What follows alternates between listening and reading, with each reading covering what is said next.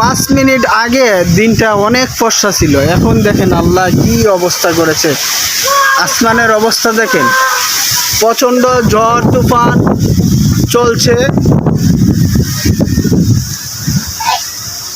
প্রচণ্ড বাতাস বইতেছে, প্রচুর বাতাস।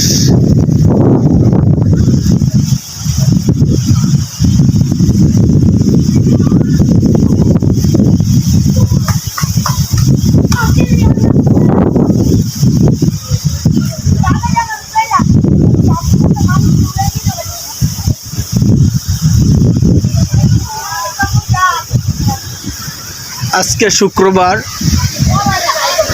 সন্ধ্যার আগ মুহূর্ত, দেখেন প্রচণ্ড ঝড় তুফানে আপনার প্রচুর বাতাস বইতেছে।